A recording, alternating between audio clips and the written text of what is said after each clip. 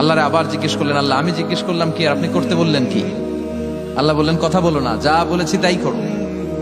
আল্লাহর সাথে বেশি কথা চলে না, তিনি সব রাজার বড় রাজা, মহারাজা। চিল্লা এখন ঠিক কিনা?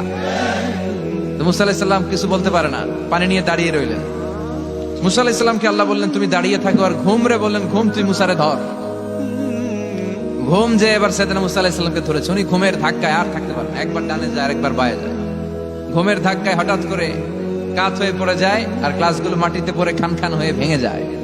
আল্লাহ ডেকে বললেন, মুসা বেশি কিছু হেফাজতের তো দায়িত্ব দেই নাই, শুধু 2টা গ্লাস হেফাজতের দায়িত্ব দিয়েছে। ঘুমের কারণে এগুলোর হেফাজত করতে পারো নাই, ভেঙে খান খান হয়ে গিয়েছে। আমি যদি তোমাদের মতো ঘুমিয়ে যেতাম, তাহলে পৃথিবীর সাথে সূর্য লেগে, সূর্যের সাথে চন্দ্র লেগে গোটা মহাবিশ্বটা এভাবে গ্লাসের টুকরার মতো খান খান হয়ে যেত রে মুসা। এজন্য লা তাখুযুহু সিনাতু ওয়ালা নাওম, আমার ঘুমেও ধরে না, ঘুমের আগে যে তন্দ্রা আসে ওইটাও ধরে না। Never slip or slumber ওভারটেক্স him.